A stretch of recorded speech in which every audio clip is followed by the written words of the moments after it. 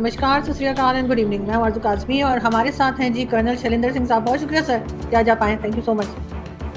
जय हिंद, नमस्कार, बहुत बहुत धन्यवाद आपका कि आपने अपने शो में बुलाया। भगवान करे आपके यहाँ सुख शांति रहे, उन्नति रहे, प्रगति रहे और मीडिया अपना काम अपनी उस स्पीड से चला पाए जिस स्पीड पर आप चलती हैं। Thank you so much sir. और यही तमाम दुआएं मैं भारत के लिए भी करती हूँ कि वहाँ पे भी अमन रहे, शांति रहे और कोई इश्यू, कोई प्रॉब्लम ना आए। लेकिन सर एक चीज़ बताइए, हमारे यहाँ तो बड़ी आप लोगों ने खलबली मचा दी है कि इतने 2 3 या 4 मंथ्स के बाद आपके एयर चीफ ने कहा कि पाकिस्तान के उन्होंने जहाज़ गिराए हैं। तो सर क्या इतना लेट क्यों बताया है? और पाकिस्तान ने तो जैसे होता है उन्होंने कहा कि ऐसी तो कोई बात नहीं, अगर होती तो बहुत शुरू में बता दी जाती। फैंटास्टिक, आपने जो सवाल पूछा है वो अपने आप में बिल्कुल जायज़ है, वाजिब है, बनता है। मैं ये भी कहता हूँ। लेकिन अब मेरा जो सवाल आपसे बनता है, आपने आज तक पूछा ही नहीं आर्मी एयर चीफ से। आपने पूछा कब? आप तो बीजेपी से पूछ रहे थे, आप सरकार से पूछ रहे थे, आप ट्रंप से पूछ रहे थे, कौन किससे पूछ रहा था मुझे नहीं पता। बट ये बात आपको जिम्मेदारी से इवैल्यूएट करनी पड़ेगी कि आपने एयर चीफ से कभी कहीं पूछा ही नहीं, पहली बात। दूसरी बात, ये काफी दिनों बाद, तकरीबन 1 से 2 महीने के बाद कहीं पर वो एड्रेस करने गए और उस एड्रेस में उनसे अगर ऑपरेशन सिंदूर के बारे में एक लेक्चर डिलीवर करना था, अंडरस्टैंडिंग डिलीवर करने की, सवाल जवाब करना था, ब्रीफ करना था लोगों को, क्योंकि ऑपरेशन सिंदूर अपने आप में एक बहुत बड़ा टॉपिक, ना केवल मेरे यहाँ है, आपके यहाँ है या नहीं मुझे नहीं पता, बट हमारे यहाँ बहुत बड़ा टॉपिक है। हमारे यहाँ पॉलिटिकली बड़ा टॉपिक है, हमारे यहाँ मीडिया में बड़ा टॉपिक है, हमारे यहाँ मोरालिटी के ऊपर भी बड़ा टॉपिक है। तो इसलिए जब उनकी बारी आई और किसी ने उनसे पूछा, तभी उन्होंने बोला क्यों? क्योंकि मैं आरज़ू काज़मी के शो में अपने आप नहीं आ सकता। जब तक आरज़ू काज़मी मुझे अलाउ ना करे, मेरे से पूछे ना, मेरे को बताए ना, मैं अपने आप फोर्स नहीं कर सकता। और आर्मी ऑफिसर और स्पेशली एयर चीफ जो है, वो एक वो ओहदा है हमारे यहाँ पर, जो कि हमारे मिलिट्री एथिक्स में भी है कि हम पॉलिटिकल फोरम्स या पॉलिटिकल डिबेट्स के ऊपर कमेंट भी नहीं करते। That is why he didn't speak. Very simple. किसी ने पूछा, उसने एक बार बता दिया, लीजिए जी ये हुआ था। अब उसको सही गलत देखना एक अलग बात है, क्या सही है क्या गलत हो सकता। हाँ जी बोलिए। लेकिन सर पाकिस्तान ने जब ये क्लेम किया था कि पाकिस्तान ने आपके जितने फाइटर जेट गिराने का क्लेम किया था, पाकिस्तान ने में तो किसी ने नहीं पूछा था। ये तो गवर्नमेंट का और आर्मी का या उन लोगों का खुद का काम होता है ना, जो फोर्सेज होती हैं कि वो एक रिपोर्ट देती हैं अपने लोगों को कि जी हम इधर गए, हमने उनका इतना नुकसान किया, हमारा नुकसान हुआ या नहीं हुआ। तो सर वो रिपोर्ट तो उन्हें बहुत पहले दे देनी चाहिए थी। Absolutely, absolutely, fantastic. पहले हम पाकिस्तान वाली बात कर देंगे कि पाकिस्तान ने बोला या नहीं बोला। ये भी लेटेस्ट आपके यहीं से किसी ने बताया था और वो बड़ा वायरल हो रखा है कि किसी ने पूछा पाकिस्तान के अंदर आपस में ही कि भाई हम ये ऑपरेशन सिंदूर से कंसर्न जो वॉर है, ये हम जीते या हारे? तो किसी और ने कहा कि जीते ही होंगे, क्योंकि अगर मुनीर जैसा इंसान फील्ड मार्शल बना है तो कहीं ना कहीं कुछ ठीक ही किया होगा। ये मेरी स्टेटमेंट नहीं है, ये किसी और की, ये बड़ी जायज सी बात। भाई अगर पाकिस्तान में, अब ऑल पाकिस्तान में मुनीर साहब को या आपके पाकिस्तान आर्मी को सबसे बड़ी एडवांटेज मिलती है, और मैं आपके तरफ पॉइंट आउट नहीं करूंगा, बट आप जैसे दसियों यूट्यूबर्स हैं जो कि बड़ा अच्छा काम कर रहे थे, हो सकता है शायद कुछ एक छोटे मोटे किसी ने गलत काम भी कर दिया हो, जहां फ्रीडम ऑफ मीडिया का तो सवाल ही नहीं उठता, उससे पूछा नहीं गया, उससे एक्सप्लेनेशन नहीं किया गया, उसको बैन कर दिया, मतलब with in the country ban कर दिया। बड़ी बात ये है, और एक बार नहीं हुआ है, ऐसा कई बार हुआ। उसमें से काफी सारे ऐसे लोग भी हैं जो हमारे साथ शो करते आए, बट उनका भी बैन हुआ, उनको अच्छा छोड़ दीजिए। इसके बाद ऐसे भी कुछ जिम्मेदार यूट्यूबर्स हैं आपके यहाँ जो शोज करते हैं, उनका कहना था हमें एक बार नहीं 2 3 बार बुलाया भी गया है आर्मी द्वारा। आर्मी होती कौन है एक मीडिया के बीच में इंटरफेयर करने? बट वेल, मैं इसको डिस्प्यूट नहीं करूंगा, डिबेट नहीं करूंगा, आपके यहाँ ऐसा है, आर्मी का इस तरह का कंट्रोल जरूर है। सो अगर आर्मी ये कह दे तो यस हम जीते हैं, हम धड़ल्ले से जीते, तो जनाब हम तो अप्रिशिएट कर रहे हैं ना आपको, हम तो आपको सलाम बजा रहे हैं कि सर प्रोपोगंडा में, इंफॉर्मेशन वॉरफेयर में, वो नैरेटिव बिल्ड करने में पाकिस्तान आर्मी का कोई मुकाबला ही नहीं है। इवन आपको पता है, पता नहीं कौन सा चूरण खिलाया यूएस को, कि यूएस भी बोलने लगा कि हाँ जी इंटरफेयर किया नहीं किया। थोड़ा सा और चूरण खिलाया तो बोले चलो जी वो IMF का लोन जो है वो भी दे देंगे आपको। कुछ और तरह का चूरण खिलाया, पता नहीं क्या, बट अब ऑल इट्स अ सक्सेस। आपको याद होगा मैंने पहले भी कहा कि it is a grand success of Pakistan army, diplomacy, government, जो मर्जी है बोलिए, कि उनकी सक्सेस है कि वो अपना लोन ले पाए, जबकि काफी डाउट में था। अभी 2 दिन पहले आपके यहाँ ये भी हो गया कि कुछ 4 कंप्लाइंसेस आपने जो उन्होंने बोली थी नहीं करी है, इसलिए हो सकता है कि अगले वाले ट्रेंच में रिलीज करने में शायद सवाल जवाब हो जाए। देखिए एज अ कंट्री ये आपका हक है, मैं मना नहीं करता, बट ज्यादा बड़ी बात जो आपने बोला है कि किसने क्या किया या नहीं किया, दिल पर हाथ रखिएगा, पाकिस्तान की कसम खाइएगा, सही बताइएगा, क्या हमारे DGMO ने 6 7 8 की ब्रीफिंग में क्या ये नहीं कहा था? बिल्कुल exact words, losses are part of operation but all our pilots are safe and have come back home. मैं अपनी पेंशन लेनी बंद कर दूंगा अगर इसमें से एक वर्ड ऊपर या नीचे हो, एक नहीं वर्ड। नहीं सर, उन्होंने डेफिनेटली ये कहा था, लेकिन टाइमिंग्स बहुत इंपॉर्टेंट होती है। मैं आ रहा हूं, मैं एब्सोल्युटली, मैंने क्योंकि उस समय ये सवाल उनसे उठाया गया था डीजी बाय द वे। मुझे अच्छा चलिए, अब मेरे यहाँ हो सकता है पाकिस्तान के लोगों को, और आपका हक बनता है कि आप हमें डाउटफुली देखें, कोई बड़ी बात नहीं, बट मुझे एक बात बताइए, आपके डीजीएमओ ने क्यों नहीं बताया कि 1, 2.5, पौना, अगर आप 100 ग्राम और पौना पौना पहिया के न्यूक्लियर बॉम्ब्स के बारे में आपके यहाँ से बात हो सकती है, तो जनाब ये तो हो ही सकता था कि हाँ जी एक जहाज जा रहा था, उसका टायर गिर गया, कम से कम इतना डैमेज तो बोल ही सकते थे आपके यहाँ, आपके डीजीएमओ। लेकिन आपके डीजीएमओ ने क्या बोला? मैं अगेन आपको चैलेंज करता हूँ, बड़े रिस्पॉन्सिबली चैलेंज करता हूँ, कि उनसे पूछा गया था कि सर इसका कहीं कोई प्रूफ है? बोले हाँ जी, ये जो मैं दिखा रहा हूँ ये मैंने भी तो सोशल मीडिया से उठाया है। एक डीजीएमओ सोशल मीडिया से उठाएगा कोई न्यूज? माय गॉड, वजह से सब कुछ बात कर रहे हैं। नहीं, अब किसकी बात कर रहे हैं? देखो, ब्लेम गेम नहीं करूंगा, क्योंकि सर ये सर डिफेंस मिनिस्टर ने कहा था, किसी ने भी कहा जनाब। मैं तो ये कहता हूँ, अब ऑल, चलिए आपने बोला अपने डीजीएमओ को बचाना आपका हक बनता है, उसकी रिस्पेक्ट करना आपका हक है। सर उन्होंने कहा ही नहीं सर, उन्होंने उनके बजाय डिफेंस मिनिस्टर साहब का ये स्टेटमेंट इंटरनेशनल मीडिया को बैठकर उन्होंने बोला। Very good, very good. चलिए आप एक जगह मान, मेरा चाह ये थी कि मैं आपको किसी तरह फंसाऊं और आप कहीं एक्नॉलेजमेंट कर दे, ये मेरे लिए बड़ी अच्छी बात है। अब आगे डीजीएमओ की सर मुझे आप जानते हैं, मैं कई चीजें जो एक्नॉलेज करती थी उन्हें करनी भी नहीं चाहिए, मैं वो भी कर जाता हूं। जी हाँ, मैं ये this is what I am leading, क्योंकि मुझे मालूम था कि वो एक टची टॉपिक है। जैसे ही मैं वो वाला सच बोलूंगा, आप वो सच को झूठ बोल के एक्चुअली सच बोल देंगे, ठीक है ना? अच्छा, अब ऑल, उससे भी बड़ी बात, चलिए डीजीएमओ को छोड़, आपने कभी कहीं किसी भी जगह पर ये क्लेम किया किसी ऑफिशियल ने, ऑफिशियल का मतलब होता है आर्म्ड फोर्सेस, कि यस हमने 1 जहाज गिराया, 2 जहाज गिराया, 10 जहाज गिराया? करा किसी ने? क्यों? क्योंकि army officers are very responsive. वो अपने देश के लिए तो होते ही होते हैं, एक अपने लिए खुद की वो होती है सच्चाई। यार मुझे झूठ, आप एक बात बताइए, 5 जहाज ही क्यों बोलेगा हमारा एयर चीफ? 6 भी बोल सकता है, सट्टे ही अगर मारने हैं बाई चांस, 8 भी बोल सकता है, 10 भी। क्यों उसने नहीं बोला कि एक एवॉक्स गिरा है? उसने क्या बोला? एक बड़ा जहाज गिरा। एक बड़ा जहाज गिरने का उसके ऊपर भी हमारे यहीं के लोगों ने डिस्प्यूट कर दिया कि जहाज गिरा कैसे, वो तो खड़ा था। अरे जनाब, इससे ज्यादा बेवकूफी का क्या सवाल है? अरे भाई, अगर जो जहाज पहियों के ऊपर खड़ा है और वो गिर जाता है तो वो गिरा ही तो है। अब जरूरी थोड़ी ना सभी कुछ हवा से गिराया जाएगा। मतलब बारिश जो है उसको आपने जहाज बना दिया तो ऊपर से गिरेगी तभी होगा, नहीं तो नहीं हो। सो अबव ऑल, आपके मेरे बीच की जो फोकस लाइन है वो है, पाकिस्तान में पाकिस्तान आर्मी की चलती है। एक मैं दूसरा स्टेटमेंट देता हूं, पाकिस्तान में पाकिस्तान आर्मी की ही चलती है और किसी की नहीं चलती। इसलिए आपके यहाँ किसी भी तरह की बात करना एक बहुत बड़ी चीज हो जाएगी, कोई मुंह खोलने के जनरली मूड में होगा नहीं। हमारे यहाँ डेमोक्रेसी इस बात की है कि जी ऑपरेशन सिंदूर हुआ भी था या नहीं, ये भी पूछा जा सकता है, क्योंकि this is called as democracy. आप यहाँ आप लोगों ने डेमोक्रेसी उस हद तक टेस्ट नहीं करी है, आपको ये वाला खून मुंह पर लगा नहीं है, इसलिए आप लोग थोड़ा अलग हैं और हम थोड़ा अलग। लेकिन हम अलग होने में क्या आपको क्या फायदा मिलता है? देखो जी, आपके फला मिनिस्टर ने ये कह दिया, उसने किसी ने तो ये भी कह दिया कि पहलगाम में आतंकी आए नहीं थे, ये तो आर्मी का अपना किया हुआ काम।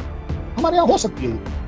क्यों? क्योंकि उसे मालूम है कि इसको कहने के बाद ना तो उसे कोई अरेस्ट करेगा, ना कोई उससे सवाल जवाब करेगा, ना ही उसके खिलाफ कोई एक्शन लिया जाएगा। अब ये उसने बोल दिया, अब आप लगे रहिए इस बात को प्रूव करने के, नहीं जी पहलगाम में ये अटैक हुआ था। वो जैसे वो एक फोटो में दिखा रहे ना, वो जो बंदा हवा में कर रहा था कैमरा और नीचे कुछ हो रहा था, वो बड़ा फेमस हुआ है अनफॉर्चुनेटली। लोगों ने कहा जी ऐसे कैसे हो सकता है कि नीचे इतनी फायरिंग हो रही थी, उससे ऊपर नहीं सुनाई दी। जनाब 100 मीटर ऊपर पर नहीं पता चलता अगर आपकी छोटी गन है, छोटा बुलेट, कई बार नहीं पता। So that is how I am trying to tell you. अब आगे बात है टाइमिंग की। मैंने आपको पहले भी कहा, air chief is air chief, and by the way ये वो जाबाज एयर चीफ है जिसने एक टाइम पर ये भी बोल दिया था कि तेजस एयरक्राफ्ट का हम वेट नहीं कर सकते, हमें अपना। तो लोगों ने कहा अरे यार ये तो देश के खिलाफ बोल गया। नहीं, ही इज बीइंग नॉट, वो क्रिटिसिज्म नहीं कर रहा। आपके साथ हमारी इसलिए बनती है, आप क्रिटिसाइज नहीं करती, आप गुड क्रिटिक की तरह काम, कंस्ट्रक्टिव क्रिटिक की तरह काम। सो उसी तरह हमारे जो आर्मी चीफ्स हैं, हमारे जो आर्मी ऑफिसर्स हैं, हमारे पास ये लिबर्टी है ही नहीं कि खून खोल रहा होगा कि अरे इसने क्या कह दिया, लेकिन हम चुप रहे, हम ऑफिशियली नहीं आएंगे। हाँ, किसी फोरम में, जैसे मैं आपको बताऊं, मैं कोई प्रोग्राम कर रहा हूँ रिसेंटली, और उसमें अगर मुझे आर्मी ऑफिसर बुलाना है तो देयर इज अ प्रोसीजर, तो यस उसको क्या अलाउड है क्या नहीं है वो मुझे नहीं पता। जो भी उसको आजकल ब्रीफिंग दी जाती होगी हमारे टाइम में कोई ब्रीफिंग ही नहीं देता था, हमें तो सिर्फ बोल दिया था जाइए, क्योंकि आपका विश्वास था कि अगर आर्मी ऑफिसर है और सीनियर है तो वो अपने आप जिम्मेदारी से काम। So here comes the point कि यस, हमारे एयर चीफ ने कभी मुंह इसलिए नहीं खोला कि यस उससे किसी ने कभी पूछा नहीं, किसी ने ये बात बढ़ाई, इस फोरम में बात बढ़ गई, किसी ने पूछ लिया, और हमें सबको मालूम है। अगर मैं भी आपसे शो करने के लिए, अभी आपने मुझे टॉपिक तो नहीं बताया था, लेकिन मेरे को आपको मालूम है कि जनरली क्या बात चल रही है? आप बात करेंगे कि जो आज हमारे एयर चीफ ने, सॉरी कल हमारे एयर चीफ ने बोला, फिर उसके बाद आर्मी चीफ ने कुछ बोला, राजनाथ जी ने आज कुछ बोल दिया, इन्हीं पर बात होगी। और किस पर? हम रोज पढ़ते हैं, रोज रात को 2-2.5 घंटा इस पर गुजारते हैं। सो अबव ऑल आपका स्पेसिफिक सवाल का स्पेसिफिक जवाब, air chief, army chief, naval chief अपने आप प्रेस कॉन्फ्रेंस नहीं करते, अपने आप कोई डिक्लेरेशंस नहीं करते, अपने आप अपनी पीठ नहीं थपथपाते। एयर चीफ ने बड़े अच्छे से कहा कि मुझे गर्व है कि मेरे पायलट्स ने कुछ किया। और बाय द वे, आपने सुना नहीं उसकी, शायद रिवाइंड करिएगा और सुनिएगा। उसने कहा हमारे पास कंफर्मेशन है किल की। सिर्फ पायलट के बोलने से नहीं होता। आप किसी भी अपने एयरफोर्स ऑफिसर से पूछिए, उसमें उसको प्रूव करना पड़ता है। वो रडार के थ्रू प्रूव होता है, जो जहाज के नीचे कैमरा लगा होता है उसके द्वारा प्रूव होता है कि टारगेट जिस पर आपने 1 मिसाइल, 10 मिसाइल, 20 मिसाइल फायर करी तो उसको क्या पनिशमेंट मिली। और ये इसलिए नहीं होता कि उसने प्रूव करना है, ये इसलिए होता है कि ये रिकॉर्डिंग से अगले जनरेशन के जो पायलट्स हैं उनको सिखाया जाए। आपका एक एयरबेस है, उसमें एक छेद हुआ, उसका मतलब ये नहीं है कि वो पूरा एयरबेस तहस नहस हो गया। वो 4 से 6 घंटे में आपके यहाँ पर भी वही टेक्नोलॉजी है, दुनिया में भी वही टेक्नोलॉजी है कि हमारा वो सीमेंट जो है स्पेशल, जो जल्दी सूखता है, वो हर एयरपोर्ट पे रखा जाए कि जैसे ही कुछ होगा इमीडिएटली लगाइए। 4 घंटे में कहते हैं उसको कि वो जम जाता है और 6 घंटे में उसके ऊपर से फ्लाइट चलनी शुरू हो जाती है। So please don't take it के एयर या आर्मी चीफ ने ये बात पूछ कर लेट करी। हमारे यहाँ किसी ने ये भी कहा कि भाई इन लोगों ने तो बीजेपी की साइड ज्वाइन कर दी। हमारे यहाँ अलाउड है, मानिए मेरी बात, बट ऐसे लोगों के खिलाफ एक जर्नल और एक कर्नल में सिर्फ फर्क ये होता है कि जर्नल उसे सह लेता है और ये कर्नल जो आपके साथ बात कर रहा है वो जरूर तहजीब से बात कर रहा है, बट उसका मतलब ये नहीं है कि उसका खून खौलता नहीं। मैं भी एक इंसान हूँ, मेरी आर्मी मेरे बारे में अगर कोई गलत बात करेगा तो गलत ही है। एंड अबव ऑल, अगर आपको फिर भी लगता है कि एयर चीफ ने बहुत देर कर दी तो वेल, देर हो गई ना, आप कंट्रोल कर सकती है ना मैं, बट मैं जिम्मेदारी से कह सकता हूँ ना कभी मुझे किसी ने बोला कि ये बोलना है या नहीं बोलना है, ना कभी मेरे एयर चीफ ने बोला होगा, क्योंकि मैं आर्मी चीफ के साथ रह चुका हूँ अपने टाइम में, कहीं कोई बोलने वाला नहीं। आपकी तरह नहीं होता कि हर दूसरे दिन प्राइम मिनिस्टर जाएगा, मुनीर साहब से परमिशन लेगा या वगैरह जो भी कहा जाए। हमारे यहाँ नहीं होता।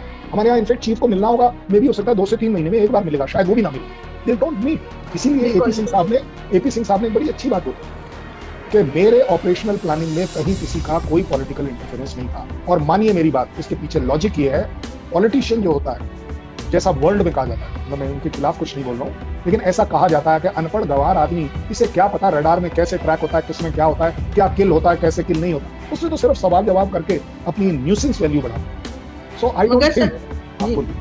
लेकिन सर मैं ये जरूर कहूंगी कि उनकी बात को जरूर क्रिटिसाइज किया जा रहा है। पाकिस्तान में मेरी कई लोगों से बात हुई और वो यही कह रहे हैं कि उन्होंने बहुत देर से बताया है, लेकिन एक चीज जरूर कहूंगी कि आपके एयर चीफ साहब की तारीफ बहुत हो रही है। लोग कह रहे हैं कि ये बड़े कोई शरीफ आदमी लगते हैं, मतलब उनकी एक जो इंप्रेशन उनका आया ना, वो एक बड़ा सॉफ्ट स्पोकन और बड़े अच्छे इंसान का एक है। तो पाकिस्तान में भी उनकी तारीफ की जा रही है, लेकिन साथ ही ये भी कहा जा रहा है कि उन्होंने बहुत लेट बताया है और अभी क्या जरूरत थी, और अब तो चीजें जो है वो सेटल डाउन होने लगी हैं, तो एक बार फिर क्या लड़ाई की तरफ ले जा रहे हैं, इस किस्म की चीज भी की जा रही है। लेकिन सर लास्ट में मैं अमेरिका की तरफ आना चाहूंगी। डोनाल्ड ट्रंप ने जिस तरीके से आप लोगों के साथ अभी बातचीत कर रखी है, चाहे रशियन ऑयल को लेकर या किसी भी बात को लेकर, आप लोग भी कह रहे हैं कि हम हथियार नहीं लेंगे, ये नहीं लेंगे, आपको लग रहा है कि एक बड़ी ताकत के साथ आप जो है वो टक्कर ले रहे हैं? ओ यस, 100% हम टक्कर ले रहे हैं, ये बात मैंने मानी, कन्फेस करता हूँ, हमने ये टक्कर ले ली। लेकिन अबव ऑल ये टक्कर हमारी, अगेन मैं आपको जज बनाता हूँ और बिल्कुल निष्पक्ष होकर वर्डिक्ट दीजिएगा। अगर रशिया से मैं कुछ खरीद रहा हूँ, चाहे ऑयल हो चाहे XYZ कुछ भी, अगर वो कमाया हुआ पैसा वो यूक्रेन वॉर में इस्तेमाल कर रहा है, यही स्टेटमेंट दी गई है ना, तो जनाब ये तो यूएस भी कर रहा है, यूएस भी तो रशिया से सामान खरीद रहा है। और अगर मेरे सामान पेट्रोल खरीदने की वजह से वो फ्यूलिंग अप ऑफ वॉर कहा जाता है, मतलब आग को भड़काया जा रहा है पेट्रोल डाल के, कहने का मतलब ये है उनका। तो जनाब मैं तो कहता हूं तुम तो ओपनली डिक्लेयर कर रहे हो कि हम यूक्रेन को ये जहाज देंगे, ये मसला देंगे, ये असला देंगे, ये देंगे, टमाटर देंगे, पता नहीं क्या देंगे। तो वो वॉर को भड़काना नहीं है, वो वॉर को रोकने का तरीका है। आप बता दीजिए मुझे, आप एक और बता दीजिए, चलिए, what is Pakistani army personnel doing in the Ukraine war? क्या कर रहे हैं वो? ये अगेन मेरा स्टेटमेंट नहीं है, ये ज़ेलेंस्की का स्टेटमेंट। मैं क्या करूं? अब आप उसे कह देंगे कि जोकर है, वो well he is a joker, is a definitely joker इसलिए क्योंकि उसने अपनी कंट्री को तोड़ दिया, डुबो दिया। का पाया क्या? मांगा था नेटो की मेंबरशिप, मिल रही है, मिली ना, वो अपने 70 से 80% देश की बर्बादी। फिर भी एक स्टेप और आगे जाएंगे। जो ट्रंप कह रहे हैं उसका आपको नहीं लगता कि वो हमें एक नया पाकिस्तान बनाना चाहते हैं, जो कि या तो पैसों के दबाव में झुक जाए, इकोनॉमी के दबाव में झुक जाए, दादागिरी में झुक जाए? क्योंकि आपके तो डिफेंस मिनिस्टर कह चुके हैं कि जी हम तो किसी के लिए भी पैसों के लिए काम कर लेते हैं, हमने 30 साल किसी आपके गंदे कामों के लिए काम किया वगैरह वगैरह। They want everybody to be like that, because US और ट्रंप, अच्छा ट्रंप का एक और खास बात है कि अच्छे बिजनेसमैन है, सेल्फिश बिजनेसमैन है, मुझे उन्होंने बोला great make America great again. कौन सी ग्रेटनेस है आपकी ह्यूमैनिटी के तौर पर? इजराइल वॉर आप करा रहे हो, उसको फ्यूल अप आप कर रहे हो, उसमें पेट्रोल आप डाल रहे हो उस आग में। आप बता दीजिए ईरान के साथ आप कर रहे हो, उसने तो नहीं आपके ऊपर अटैक किया था, आप ही ने करा था। आपका भी बॉम्बर्स जो आए थे वो स्पेशलाइज बॉम्बर, वो क्यों आए थे? आप ही फ्यूल अप कर रहे हो ना। चलिए कोई बात नहीं, हो सकता है वहां पर भी दूसरा ही आदमी गलत हो। यूक्रेन में आप ही काम कर रहे हो, आप ही ने शुरू कराई थी कि नेटो में ले रहा हूँ, उसने बैंड बजवा दिया आपने उस देश का। मतलब आप चाइना से भी सामान खरीद रहे हो, आप रशिया से भी सामान खरीद रहे हो, आप यूक्रेन को सप्लाई कर रहे हो पैसा और हथियार, और मैं एज अ इंडिया एक कॉम्पिटिटिव रेट पर, वर्ल्ड कॉम्पिटिटिव रेट पर मैं कहता हूं अमेरिका आप दे दीजिए मुझे $60 पर बैरल दीजिए। चलिए कल सुबह करते हैं, आप एक काम करिए, 60 हम उनसे लेते हैं, $59 से आप दे दीजिए, $50 से आप दे दीजिए। मैं देखता हूं हम क्यों नहीं लेंगे। हम एक्सपोज हो जाएंगे कि अगर हम बोलते हैं कि वर्ल्ड कॉम्पिटिटिव मार्केट से हम खरीदते हैं, किसी एक से नहीं खरीदते हैं। एंड अबव ऑल एक बात बताइए, अगर मेरी ट्रेड 40% ऑयल उनसे लेने की हो गई तो मतलब क्या हमने दुनिया खरीद ली? मतलब हमारी इतनी ताकत हो गई आज। देखिए ट्रम्प की जो चिड़े हुए हैं ना, वो 2-3 चीजें बड़ी सिंपल सी इसमें। एक तो है कि India is emerging as the best rising economy. उनको फर्क ये पड़ रहा है कि अगर चाइना और इंडिया बढ़ते चले गए तो मेरे बढ़ने के चांस है नहीं। मेक अमेरिका ग्रेट अगेन नहीं हो पाए, पहली बात। दूसरी बात, हर चीज आप मेरे से खरीदें और मेरे तरीके से खरीदें।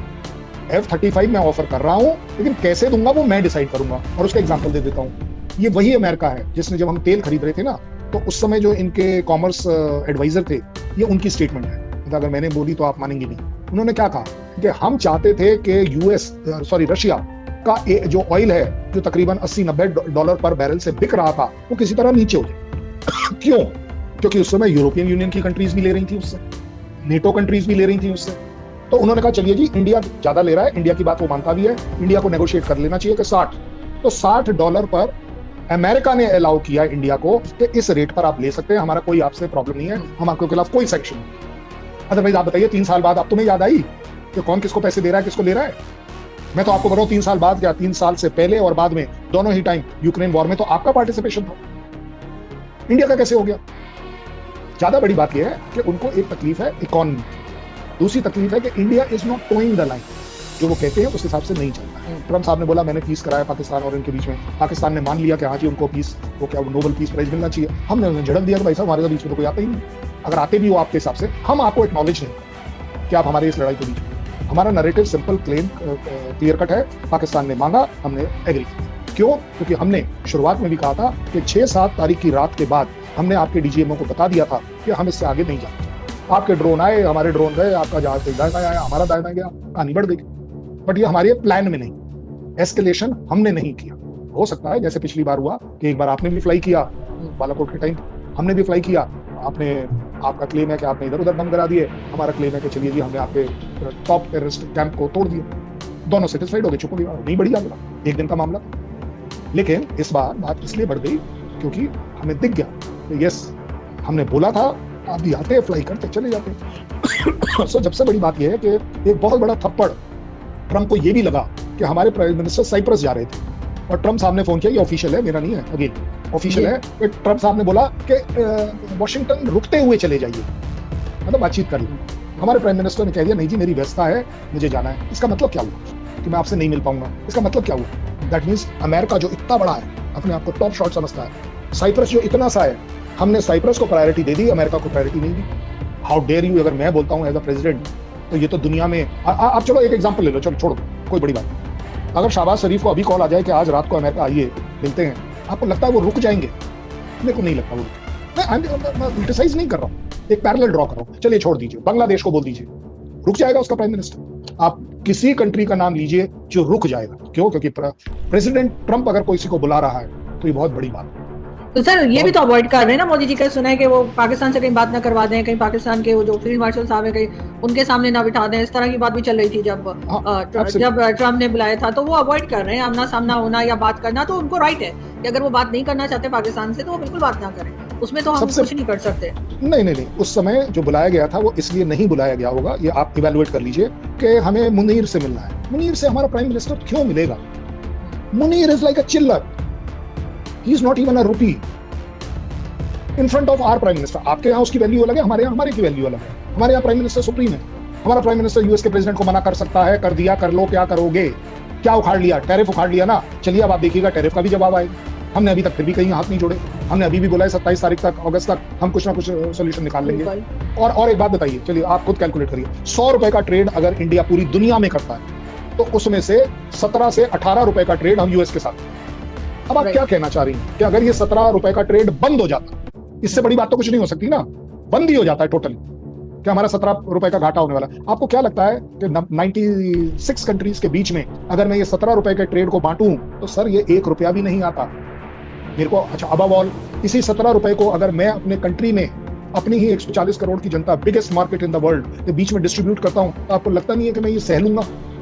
मुझे चाइना का कम करना पड़ेगा और क्या है, थोड़ा ट्रेड वहां कम करूंगा, थोड़ा कल हो सकता है आपकी हमारी पटने लगे, जैसे हम पहले आपके साथ थोड़ा बहुत ट्रेड कर रहे थे, वहां पे मेकअप कर लूं, वियतनाम में मेकअप कर लूं, ब्रिक कंट्रीज में मेकअप कर लूं। And brick countries another point जहां पर यूएस बहुत कंसर्न है कि ब्राजील और इंडिया जिस तरीके से इंटरनेशनल ट्रेडिंग करेंसी को डॉलर से हटाना चाहता और अपनी करेंसी लाना चाहता, so that is another very major point.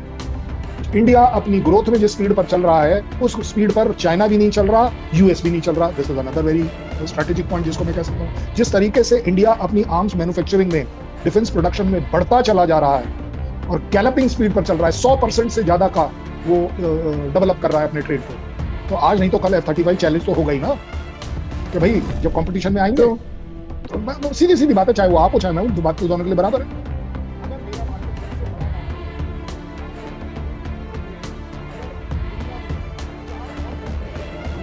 तो आपकी आवाज कम आ रही है।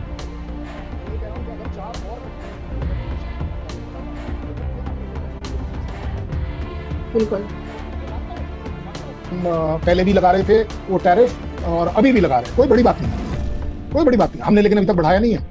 हमारा क्या है टैरिफ? चलिए, जो जिसको ये बोलते हैं ना, क्या टैरिफ के महाराजा इंडिया को जैसा खिताब दिया गया, 40 से 60% आइटम्स के ऊपर हमारी टैरिफ 5 से 6% की है यूएस के against. It is only on 4 items जो कि वो टोटल जाकर 15% पर आते हैं, और ये हम आज से नहीं लगा रहे, 10 साल से लगा रहे हैं। उनको तकलीफ ये है कि उनका जो वो होता है ना, वो जेनेटिकली मॉडिफाइड एग्रीकल्चर प्रोडक्ट, वो हमारे यहाँ बैन है, तो वो बोलते हैं इसको खोल दीजिए, खोल दीजिए। हम बोलते हैं हम अपना बैन कर रखा, भाई तेरा कैसे कर दें?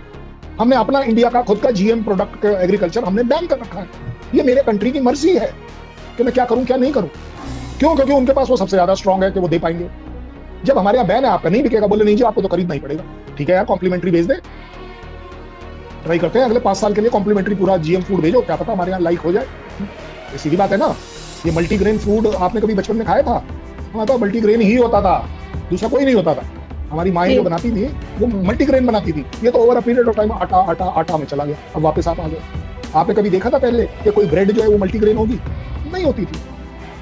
आज आप देख रहे हैं उसकी कीमत डबल है नॉर्मल ब्रेड से। सो ये जो और ये तो आपका पर्सनल एक्सपीरियंस है, मेरे से क्यों पूछवा रही हैं कि कभी अमेरिका आपका अपना हुआ? नहीं, कभी भी। तो फिर कभी सर, वो तो किसी का भी नहीं हुआ, हमारा क्या? तो फिर इसलिए मुझे आप एक बात बताइए, अगर इंडिया ने ये थप्पड़ लगा ही दिया है, मैं ये नहीं कहूंगा कि आप रिस्क लीजिए कि नहीं हम इंडिया के साथ हैं, नहीं, यू डोंट हैव। कितनी बड़ी बात कर दी अमेरिका का, यूएस का प्रेसिडेंट मुझे बोल रहा है कि आप ऑयल जो है ना वो पाकिस्तान से खरीद सकते हो। आपको क्या लग रहा है? मुझे नहीं समझ आ रहा है ये टॉन्ट क्यों मारा जा रहा है। और या आपको पाकिस्तान को एक घुट्टी पिलाई जा रही है कि देखो यार तुम्हारे ऑयल पर मेरी नजर है, मैं कुछ ना कुछ कर दूं। लगा लीजिए मेरे से आज गारंटी कि अगर आप पाकिस्तान में यूएस की कोई रिफाइनरी लगवा पाए, वो क्यों? क्योंकि आपका एक एंगल चाइना वाला भी है। ये तो आपको दोनों जगहों पर फंसाने वाली बात होगी ना। ठीक है, अगर आपके पास अगर और आपको क्या लग रहा है ये सारा ऑयल कहाँ है? ये ऑयल है कहाँ? ये अगेन मैंने नहीं कहा, ये आपके बलूच ने कहा कि मेरी जमीन के नीचे ऑयल तुम्हें दिख रहा है और तुम्हें लग रहा है कि मैं तुम्हें कमाने दूंगा कि तुम मुझे और मारो। ये सब चीजें आसानी है। ग्वादर पोर्ट आपका अपने आप में आप देख रही हैं, आपको पूरी फेंसिंग लगानी पड़ी कि जनाब और कोई ना पाए, सिर्फ चाइनीज आ पाए। मैं बुरा और अच्छा नहीं कर रहा हूँ, ये आपके इवैल्यूएशन के लिए दे रहा हूँ। एज पाकिस्तानी मैं ये समझ सकता हूँ आप आवाज बुलंद करके नहीं उठा सकते, लेकिन अपनी समझ में जरूर ला सकते। कहीं पर भी आप खुद सोच कर देखिए, अगर इंडिया सैटेलाइट फोटोग्राफ दे रहा है तो इसका मतलब ये तो आपको मानना पड़ेगा कि 5% क्या 1% भी अगर यूएस आपके पास है तो सैटेलाइट फोटोग्राफ उसके पास भी जरूर होंगी। ये तो मानना पड़ेगा, राइट? आप बताइए क्यों नहीं अमेरिका ये बोल रहा कि नहीं जी इस पे किसी भी एयरफील्ड पर अटैक नहीं हुआ, जो कि ज्यादातर आपके पाकिस्तानी बोल रहे हैं। किसी का भी जहाज गिरा हो वो कोई बड़ी बात, आपका गिरा मेरा गिरा मुझे नहीं पता, हम अपने अपने क्लेम पर टिके रहे। मुझे आप एक बात बताइए, जिसको बोलते हैं ना सर्कमस्टेंशियल एविडेंस इन जुडिशरी, आप जज हैं इसलिए मैं आपको बताऊं कि मैडम जज साहिबा, आप एक बात बताइए, अगर मेरा जहाज गिरा होता तो यूएस अगर उसे डिक्लेयर कर देता तो उसको कोई घाटा होता? कोई घाटा नहीं होता। उसको क्या फर्क पड़ता है? 2 मिनट में बोल देता कि जी इनके राफेल 15 गिरे हैं, SU जो है वो 25 गिरे हैं और पूरी की पूरी एयरफोर्स तबाह हो गई। वो कह सकता, क्योंकि उसका कुछ स्टेक पर नहीं है। लेकिन उसने पाकिस्तान के बारे में क्यों नहीं कहा? इसका मैं सर्कमस्टेंशियल एविडेंस, क्योंकि अगर किसी भी तरह से F-16 गिरा हुआ दिखाया जाता है, प्रूव किया जाता है, तो वो डायरेक्टली एड्रेस करता है उसकी सेल पर जो अमेरिका का। इसको एक लेमैन के तौर पर देखिए, मेरे यहां पर होता तो वो 2 सेकंड में डिक्लेयर कर देते, और चलिए और बढ़ जाते हैं आगे, हो सकता है मेरा क्लेम सही हो, आपका क्लेम सही हो। भाई ट्रम्प साहब, आपने ये बताया कितने गिरे, ये क्यों नहीं बताया? आप तो बड़े नॉलेजेबल है ना। इसको बोलते हैं manipulation, manipulative propaganda war on information ऐसी आधी अधूरी रखो जैसा उसने अपना रिलेशन आपके साथ रखा है। अभी पिछले 5-7 साल से तो ऐसे लग रहा था कि पाकिस्तान के पीछे अगर कोई पड़ा है तो वो सिर्फ यूएस पड़ा है, कि भाई आपको FATF में डालूंगा, ये करूंगा, वो करूंगा, निकलने नहीं दूंगा, तंग करूंगा, ये है, वो है, वो है, ये है। आपको एक तरह से every terrorist is born there. लेकिन सर अभी जी आज उसका बदल गया। क्यों बदल गया? आप एक सेकंड को सोचिए, क्यों बदला? क्योंकि उसे सिर्फ और सिर्फ पाकिस्तान की जमीन की जरूरत है अगर ईरान के अंदर जाना है। ऐसा ही है। यूएस एक वो कंट्री है, समझदार कंट्री है, बहुत समझदार कंट्री है। गधे को कैसे बाप बनाना होता है उसे आता है, और आपकी कंट्री गधे बेचने के लिए फेमस है। मतलब ऐसा इनडायरेक्टली मैं बात कर रहा हूँ, नॉट दैट। सो उन्होंने आपको बोल दिया कि हाँ भाई चलिए आपके यहाँ तेल है, तो आपके यहाँ तेल हो गया। तेल तो हो गया, अभी आप देखिएगा तेल की धार कहाँ चलती है। सर अभी तो ढूंढा जाएगा। अभी तो उन्होंने कहा है कि दोनों ढूंढेंगे मिलकर, क्या ढूंढेंगे पता नहीं, लेकिन भारत मैं बताता हूं, वो पता है क्या ढूंढेंगे? वो क्या, आज हमें आप 1 मिनट फालतू दे दीजिए। वो पता है क्या ढूंढेंगे? जो Trump junior rare earth material के अंदर अपना बिटकॉइन जो लाना चाहता है, that is what they will look for. क्योंकि उन्हें दिख रहा है कि पाकिस्तान के पास कहीं ना कहीं से कोई ना कोई पैसा जरूर आएगा जो क्लैंडस्टाइन डील होंगी, और उसको सबसे अच्छा तरीका है कि आप FATF टाइप की जगह पर डिक्लेयर ना कर पाए, तो ये जो बिटकॉइन और ये जो सारी चीजें हैं, इसमें ये सारी चीजें ऑटोमेटिकली कवर। वहाँ का बिटकॉइन, कहाँ का बिटकॉइन, वो आपके RBI, international bank, IMF, world bank, ये इसको ट्रैक नहीं करते हैं, इसमें डील नहीं करते। It's a different system by itself. और क्योंकि वो ब्लॉकचेन टेक्नोलॉजी के ऊपर निर्धारित है, ये कभी नहीं डिसाइड हो पाएगा कि आरजू काज़मी ने मुझे कितने पैसे दिए, या मैंने दिए या नहीं दिए, मैंने लिए या नहीं।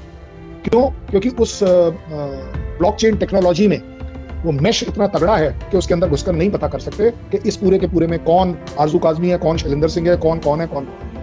That is what they will do. देखिए, हर माँ बाप की चाह होती है कि बच्चा मेरा अच्छा करे, तो अच्छा करने का एक अच्छा तरीका ये भी मिल गया। पाकिस्तान को हमने एंगेज कर दिया, पेट्रोल बोलकर हमने उनको एक तरह से अपने तरफ भी मिला लिया। उससे बड़ी बात, बिटकॉइन का ऑप्शन देकर उसके बेटे ने बिजनेस भी कर लिया, और आपको एक वे आउट दे दिया कि चलिए जी आप कभी भी FATF में फंसेंगे ही नहीं, आपको प्रॉब्लम ही नहीं है, आप करिए इसके थ्रू बिजनेस। और उसका बिजनेस किंग मेरा जूनियर बेटा है। सीधी बात है। ऐसा नहीं है कि आपके यहाँ लोग रियलाइज नहीं करते हैं। मैंने जैसा पहले शुरू में कहा, आपके पास वो डेमोक्रेसी नहीं है जो मेरे पास है, और मेरी डेमोक्रेसी ज्यादा तगड़ी डेमोक्रेसी का ये हमें खमियाजा भुगतना पड़ता है कि कोई भी कुछ भी सवाल कर ले, उलूल जलूल जो भी कर, कि नहीं जी ये तो कर्नल साहब जो है ये तो पॉलिटिशियन, उन्होंने बोल दिया ना AP सिंह तो BJP का। कोई आर्मी चीफ आपके यहाँ BJP का होता है या आपकी PLMN का होता है? कौन सी पार्टी को बिलोंग करता है? आप सोचिए। और आप मानेंगे भी नहीं, अगर कोई बोलेगा तो आप मानेंगे भी नहीं, और आप और मैं दोनों, यार हमारा चीफ BJP में कैसे हो सकता है?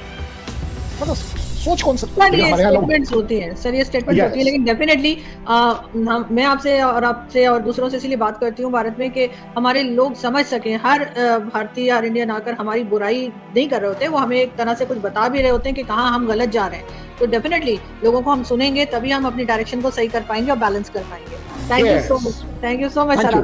Thank you very much. जय हिंद, नमस्कार।